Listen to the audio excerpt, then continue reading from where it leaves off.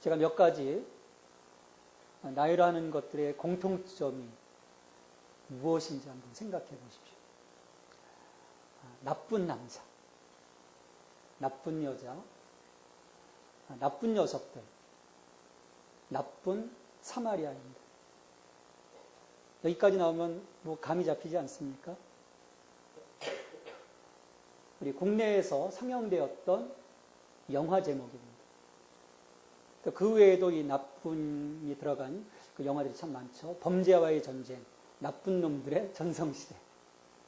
이런 제목도 있더라고요. 나쁜 놈들이 더 잘 잔다. 그런 영화가 나왔는지도 모르겠어요. 찾아보니까 있더라고요. 사람들은 이 착한이라는 말보다는 이 나쁜이라는 말에 더 어떤 호기심을 갖는 것 같아요. 우리 뉴스를 들어보아도 되게 부정적인 것이 더 사람들의 시선을 끌지 어떤 좋은 일, 선한 일, 그런 부분들은 사람들이 시선을 잘 끌지를 못합니다. 이 나쁜 영화 하면 저는 떠오르는 사람이 있어요. 김기덕 감독입니다.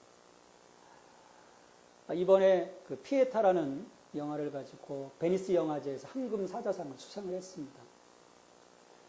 자, 이 사람을 보면요. 참 나쁜 영화를, 참 나쁜 내용을 가지고 또 영화를 또 잘 그럴싸하게 잘 만들어. 재주가 있더라고요. 얼마나 나쁜가 한번 그 영화를 그 전에 만든 한 영화를 본 적이 있어요. 근데 그 영화를 보고 심령이 상했습니다. 어떻게 저렇게 저런 그 이야기들을 가지고 영화를 만들까? 이 나쁜 영화가 사람들의 그 심령에 끼치는 그 악영향을 우리가 생각한다면 사실 그런 영화들이 나와서는 안 되겠죠. 근데 사람들은 은근히, 세상은 또 은근히 이러한 그 영화들을 또 즐기고요. 또 이런 영화들을 예술적으로 잘 만들었다고 또 상을 줍니다.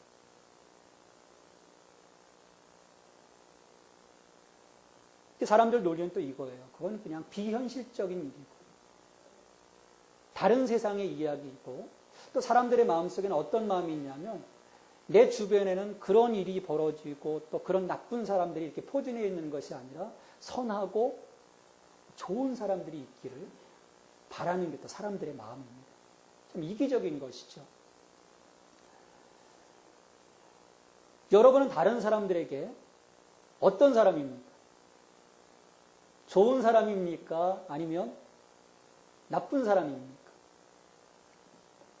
이 좋은 사람과 나쁜 사람의 이 차이, 기준은 뭘까요? 좀 애매하죠? 내 이름은 칸이라는 그런 그 영화에 이런 그 대사가 있어요. 이 세상에는 단 두 종류의 사람이 있습니다. 좋은 행동을 하는 좋은 사람과 나쁜 행동을 하는 나쁜 사람. 하는 행동이 다를 뿐 다른 차이는 없습니다. 그러니까 상대가 볼 때 그 사람에게 내가 유익한 행동을 하면 나는 뭐겠어요? 그 사람에게 좋은 사람인 거예요.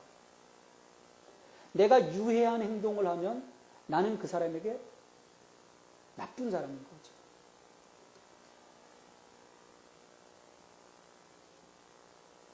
우리 예수님께서도 이 황금률에 대해서 말씀하셨어요. 네가 좀 대접받고자 하면 남에게 잘하라는 거예요. 선하게 하라는 거예요. 그래야 돌아오는 것이 선하고 돌아오는 것이 따뜻한 그런 그 마음들이 돌아오게 되겠죠.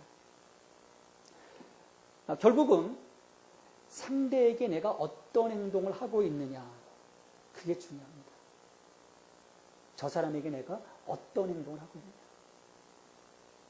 근데 우리의 삶 속에는요, 이 양면성 다 갖고 있어요. 이 사람에게는 좋은 사람인 거예요. 도둑놈도요, 자기 아들, 딸들에게는 좋은 아빠인 거예요. 근데 다른 사람들, 피해 입은 사람에게는 나쁜 사람인 거죠. 내가 누구에게 어떤 행동을 하고 있느냐. 예수님과 우리와의 관계도 마찬가지입니다. 그 점에서 내가 예수님께 어떤 제자인가? 여러분 어떤 제자라고 생각하십니까? 좋은 제자입니까? 아니면 나쁜 제자입니까? 예수님은 사람들을 제자로 부르시면서 이 제자로서의 가이드라인을 분명히 제시하셨습니다. 자기를 부인하고 자기 십자가를 지고 나를 쫓으라. 하지만 많은 사람들은 이 12제자를 비롯해서 오늘 우리들은 그런 그 가이드라인에 대해서 분명히 인지하고 있음에도 불구하고 좋은 제자라기보다는 나쁜 제자, 실패한 제자가 될 때가 많습니다. 무엇이 우리로 하여금 예수님 앞에서 좋은 제자가 될 수 있는 그 길을 가로막는 걸까요? 우린 좀 마음으로는 하고 싶잖아요. 또 결단도 해보잖아요. 신년이 되면 어떻습니까? 좀 이렇게 좀 해보겠습니다. 좀 멋지게 해보겠습니다. 근데 이제 작심삼일로 끝날 때가 참 많죠.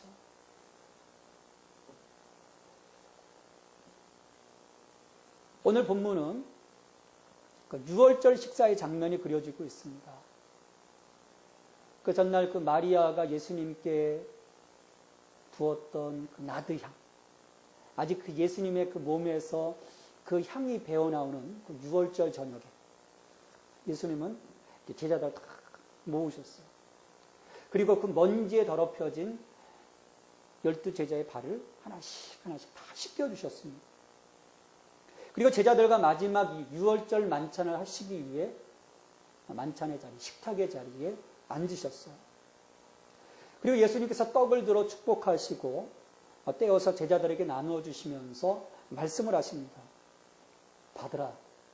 이것은 내 몸이니라.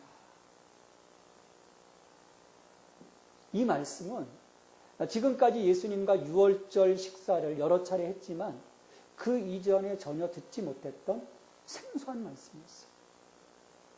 그래서 제자들은 생각을 합니다. 이 예수님의 말씀이 무슨 의미인지. 어떻게 저 떡이 예수님의 몸이라고 하실까? 우리가 마가복음을 보면 지금까지 여러 차례 예수님이 그 떡에 대해서 말씀하실 때 그 말씀에 대한 바른 이해를 제자들이 갖고 있지 못했습니다. 오병이어의 기적 때도 그랬어요. 물고기 2마리와 떡 5덩어리로 5,000명을 먹이셨을 때, 또 떡 7덩이로 4,000명을 먹이셨을 때, 예수님이 그들에게 생명의 떡 되심을 그들은 깨닫지 못했어요. 예수님이 그들의 공급원이심을 그들은 제대로 알아차리지 못했습니다. 우리가 지난 1년 가까이 이 마가복음을 통해서 이 땅에 오신 그 하나님의 아들 예수 그리스도의 그 모습과 그리고 그 주변의 제자들, 또 예수님을 따르는 무리들, 병자들, 또 예수님을 대적했던 이 종교 지도자들, 아주 다양한 사람들 우리가 보았습니다. 근데 이러한 그 다양한 사람들과 예수님이 대조되었던 그 모습이 뭐냐면, 많은 그 일반적인 유대인들은 그들의 율법, 형식에 얽매여서, 구습에 얽매여서 사람 중심이 아닌 그 법조항 중심의 그런 종교 생활을 하고 있었어요. 근데 예수님은 그것을 다 깨뜨리시고 생명 중심, 사람을 살리는 일에 집중을 하십니다. 그리고 그 일에 몸소 본을 보여주셨어요. 낮은 곳으로 가셔서 그들을 섬기시고 그들을 안아주시고 그들의 마음을 만져주셨습니다. 그리고 율법의 큰 두 기둥, 하나님 사랑과 이웃 사랑을 제시해 주셨죠. 그러나 그 무엇보다도 귀중한 것은 우리를 위해서 자신을 다 내어주시기로 작정하셨고 그것을 십자가 위에서 실천하셨다는 데 있습니다. 다 내어주신 거죠. 빵이 찢기고 그것을 먹음으로써 사람들이 생명을 유지할 수 있듯이, 이렇게 우리를 위해서 십자가에서 찢기신 그 예수님을 우리가 공급받음으로써 우리는 그분과 하나가 될 수 있는 거예요. 그와 함께 예수님의 임재가 우리의 삶 속에서 이루어짐으로써 우리가 새로운 생명을 살 수 있게 되는 것이죠. 자, 이렇게 예수님이야말로 생명의 떡이심을 이 제자들과 그 다른 사람들이 깨닫고 그 예수님께로부터 공부를 받아야 되는데 아직은 이들은 빵 걱정을 하고 있었고요. 그런 공부번이신 예수님을 누리지 못합니다. 깨닫지 못합니다.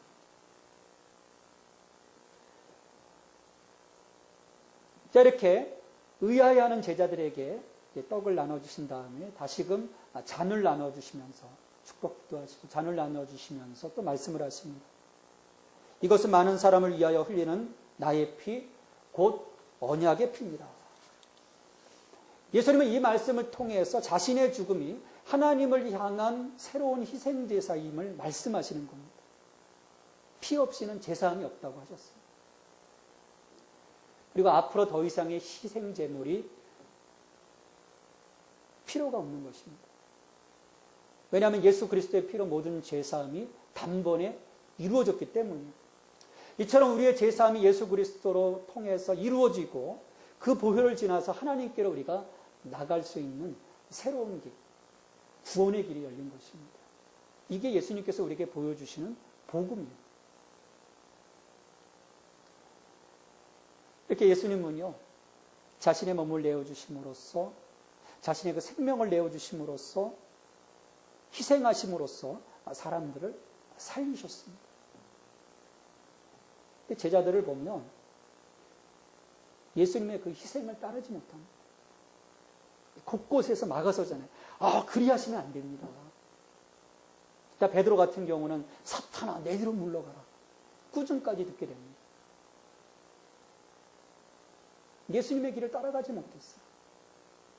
그리고 마지막에는 오히려 그 길에서 역행하는 제자들의 비참한 상황이 벌어지게 됩니다. 이 6월절 만찬의 자리에서 예수님께서 그러한 제자들의 비참한 상황을요, 당사자인 제자들에게 담담하게 이야기를 해주셨습니다. 이 제자들은요, 마음이 상할 수밖에 없었던 거예요.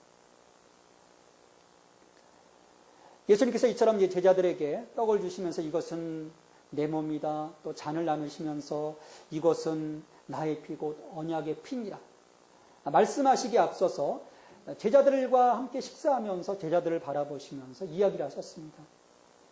내가 진실로 너에게 이르노니 너희 중에 한 사람 곧 나와 함께 먹는 자가 나를 팔리라. 한동안 정적이 흐르죠. 제자들의 그 마음속에 큰 충격파로 다가갑니다. 그 말씀이. 예수님을 팔다 누가 파는 거지? 서로 쳐다보는. 자기들 가운데 예수님을 파는 배신자가 있다는 그 사실에 제자들은 놀랄 수밖에 없었습니다. 그래서 제자들은 근심하며 선생님께 묻기 시작했어요. 선생님, 나는 아니지요? 아마도 이 대제사장들과 이미 예수를 팔기로 모의한 유다도 예수님께 그렇게 확인했을 거예요. 예수님, 나는 아니지요? 그렇지요? 자신의 속내를 감추고 나는 아니지요? 그렇지요, 주님? 이야기하는 이 제자를 바라보면서 예수님의 마음이 얼마나 아프셨겠습니까? 예수님은 자신이 결코 아니라고 증명해 보이려는 이 불쌍한 제자들에게 다시 한번 예수님을 팔 자가 분명 이 12명 가운데 있다라고 다시금 확인을 해주십니다. 12 중에 하나, 곧 나와 함께 그릇에 손을 넣는 자입니다. 그러니까 6월절 그 식탁을 보면요, 이 무교병이 있고 이 무교병을 찍어 먹을 수 있는 소스가 있습니다. 그 종지 그릇이 있어. 그것을 두 사람이 씁니다. 그러니까 예수님과 바로 옆에 있던 제자가 같이 그 종지를 쓰는 거예요. 근데 그 위치를 보면 유다가 예수님과 같이 이 무교병을 가지고 종지에 그 소스를 찍어 먹었습니다. 근데 제자들은 눈치채지 못했죠.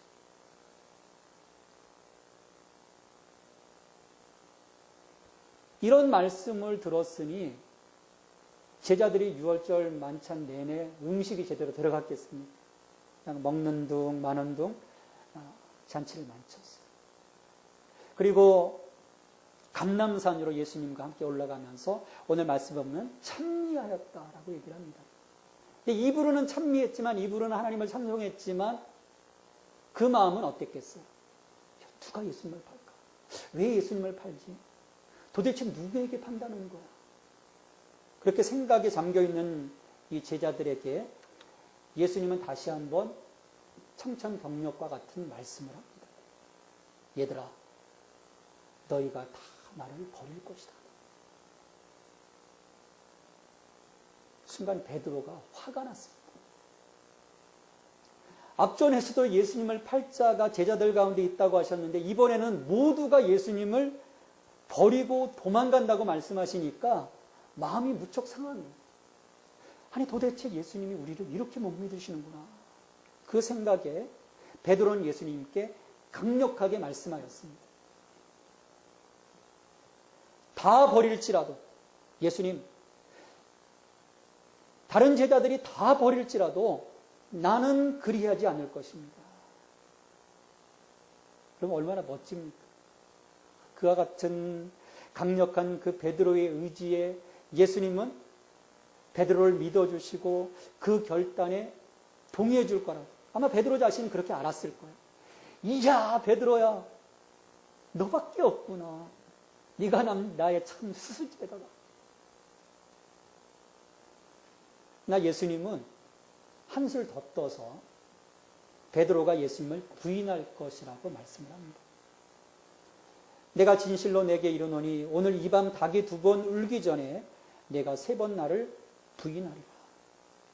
베드로는 참으로 답답했어요. 자기를 못 믿어주신 예수님, 억장이 무너지는 것. 그는 예수님께 다시 한번 크게 소리쳤습니다. 내가 주와 함께 죽을지언정 주를 부인하지 않겠냐. 그 대화를 듣던 제자들도요, 다 예수님 앞에 무릎 꿇습니다. 예수님, 우리도 결코 예수님을 떠나지 않겠습니다. 우리 다 죽겠습니다.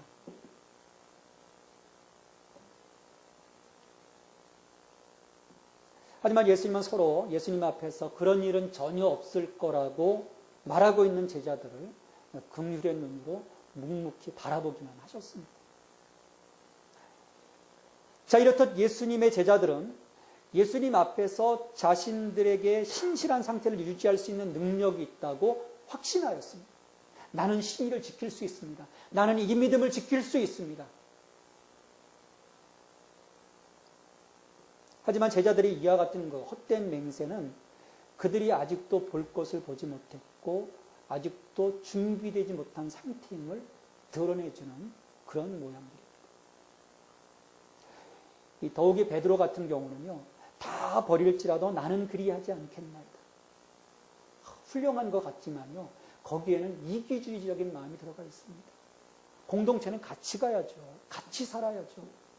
쟤네들은 찌질이니까 버릴 겁니다. 그러나 나만은 절대로 버리지 않겠습니다라고 하는 영적인 이기심이 베드로의 이 고백 가운데 들어있습니다.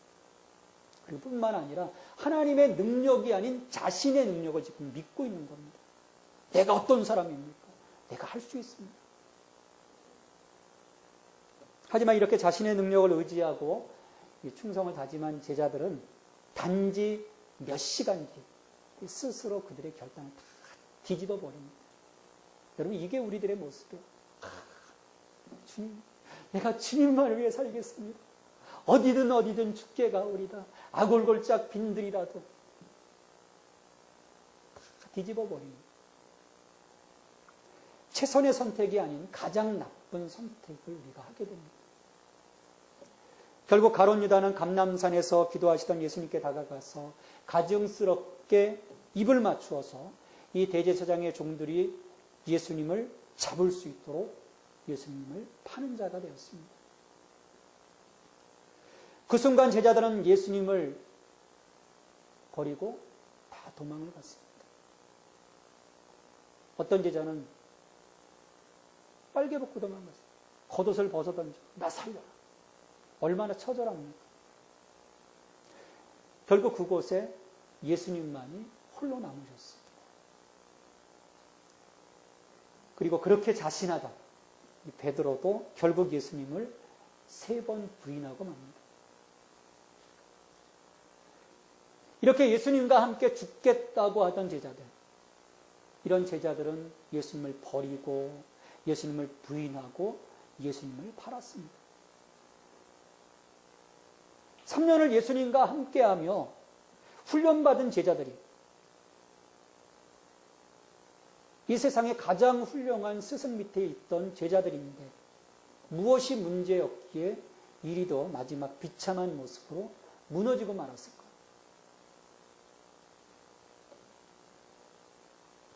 이런 일이 있을 거라고 이들이 쉽게 상상이나 할 수 있었겠습니까?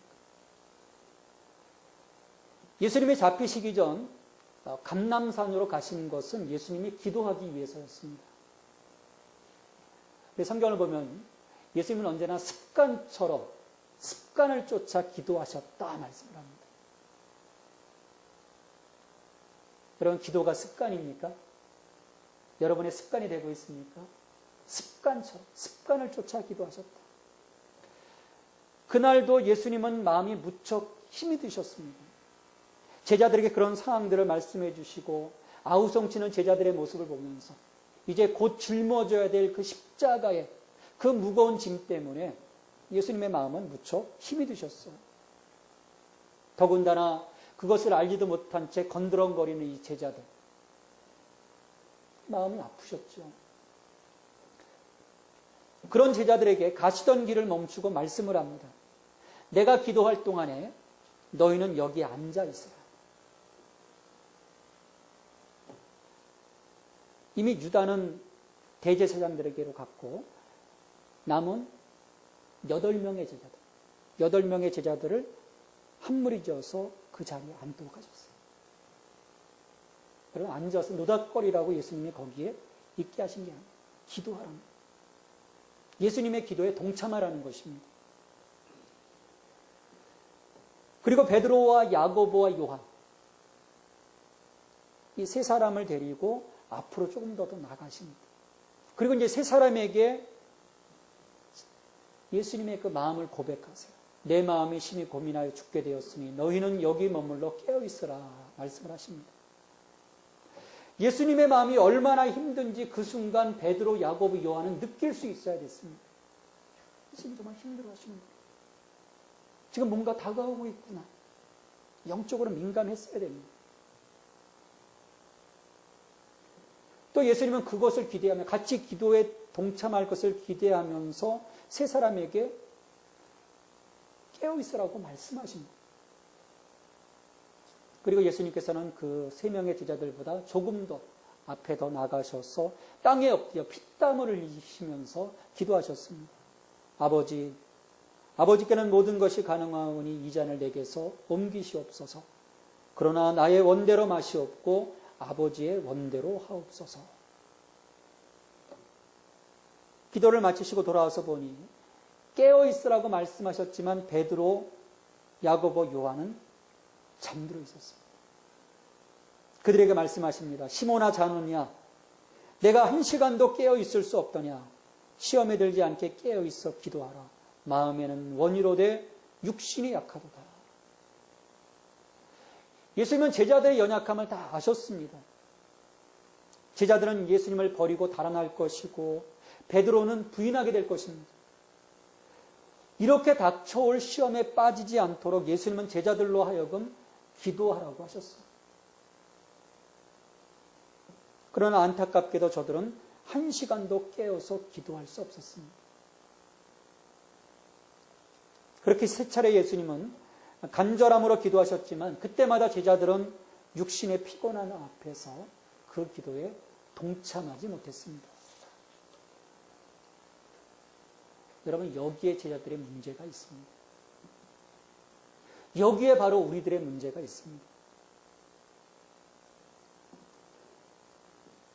제자들이 한순간 예수님 앞에 앞에 나쁜 제자가 될 수밖에 없었던 것은 기도를 통해 저들의 믿음을 강화시키고 순간의 선택에서 믿음의 균형을 잃지 않도록 준비하지 못해서입니다. 기도는 바로 이것을 구축시키는 능력입니다. 세상과 싸워 이길 수 있도록, 세상의 유혹과 싸워 이길 수 있도록 우리의 믿음을 세워주는 것이 기도의 능력입니다. 제자들은 1시간도 깨어서 기도하지 못했습니다. 조금 뒤에 닥쳐올 시험 앞에서 그들은 그로 인해서 전혀 준비되지 못했기 때문에 결국 우왕좌왕할 수밖에 없었습니다. 목숨을 부지하기 위해 그저 도망칠 수밖에 없었던 것입니다. 반면에 우리 예수님을 보면 이 감람산에 오시기까지, 십자가 앞에 서시기까지 끊임없이 길목길목마다 기도하셨습니다.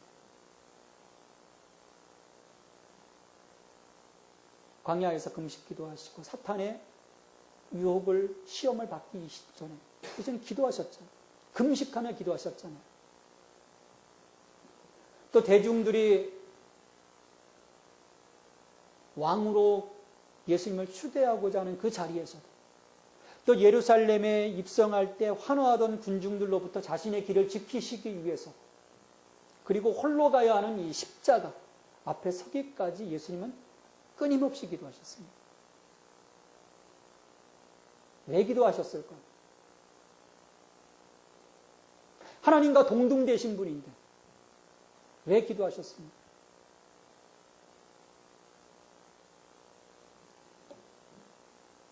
그 모든 것들을 이기시기 위해서입니다. 그 고비를 온전히 넘어가시기 위해서. 이 땅의 능력이 아닌 하늘의 능력으로 그것들을 넘어가기 위해서 기도하셨던 것입니다. 여러분, 우리가 왜 나쁜 제자여야 합니까? 왜 우리가 주님을 부인하고 주님을 버리고 주님을 파는 나쁜 제자여야 합니까? 우리 주님께서는 우리를 위해서 모든 것을 다 내어주셨듯이 나도 우리 주님을 위해서 좋은 제자로서 다 드릴 수 있어야 되는 것 아닙니까? 또 우리 마음속에 그런 마음이 있잖아요. 하지만 마음은 원이로되 육신이 약한 것. 주님 앞에 좋은 제자는 어떤 제자입니까? 자기를 부인하고 자기 십자가를 지고 예수님을 따르는 제자입니다. 또 어디든 예수님을 쫓아서 십자가의 길을 따라갈 수 있는 그런 자입니다. 예수님처럼 예수님의 심장으로 자기를 희생할 수 있는 자입니다.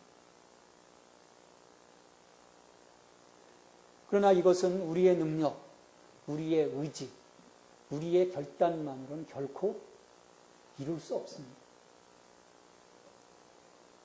제자들이 주와 함께 죽을지언정 주를 부인하지 않겠나이다 외쳤지만 그 말은 결코 기도의 능력이 뒷받침되지 못했어요.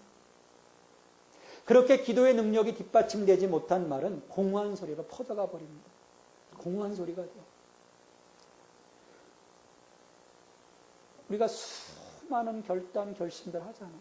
나 이처럼 기도로 뒷받침되지 않는 우리들의 모든 결심, 장담, 이건 다 허망한 것입니다. 결코 이룰 수 없어요. 어느 순간에 마귀가 다 가져갑니다. 우리의 마음을. 기도로 차단해요. 강력하게 기도로 차단해야 합니다. 우리는 그리스도의 제자로서 성령 안에서 무시로 깨어 기도하는 가운데 매 순간 선택의 기로에서 나쁜 제자의 선택이 아닌 좋은 제자로서 주님의 마음을 기쁘게 하는 선택을 할 수 있습니다. 우리에게서 이 감람산의 기도가 회복될 때, 이 주님의 간절한 기도가 회복될 때, 또 주님처럼 습관을 쫓아 기도할 때, 성령 안에서 무시로 깨어서 기도할 수 있을 때, 우리는 더 이상 우리의 의지가 아닌 하나님의 능력을 의지해서 그 모든 시험을 이기며 나갈 수 있게 될 겁니다. 또 그 능력으로 인해서 우리가 더 이상 나쁜 제자가 아닌 좋은 제자로 서게 되고, 우리 주님을 팔지도 부인하지도 버리지도 않게 될 것입니다. 더 이상 주님의 마음을 아프게 하지 않을 제자가 될 것입니다. 오늘도 우리 주님은 우리를 부르십니다. 나쁜 제자가 아닌 좋은 제자로 주님과 함께 연합하여 하나님 나라를 이어가시기를 오늘도 갈망하고 계십니다. 그 예수님의 그 마음, 그 소망을 이루어드리는 좋은 제자가 되기를 바랍니다. 하나님, 그리스도의 좋은 제자가 될 수 있기 원합니다. 저희의 능력, 저희의 의지만으로 이 길을 갈 수 없습니다. 저희 안에 늘 깨어 기도하는 성실함을 허락하시고 성령님의 인도하심에 순종하는 저희 되게 하옵소서. 나쁜 제자가 아닌 좋은 제자로서 주님의 기쁨이 되게 하시고 주님의 고난의 기쁨으로 동참하여 주님과 연합된 제자가 되게 하옵소서. 예수님의 이름으로 기도하옵나이다. 아멘.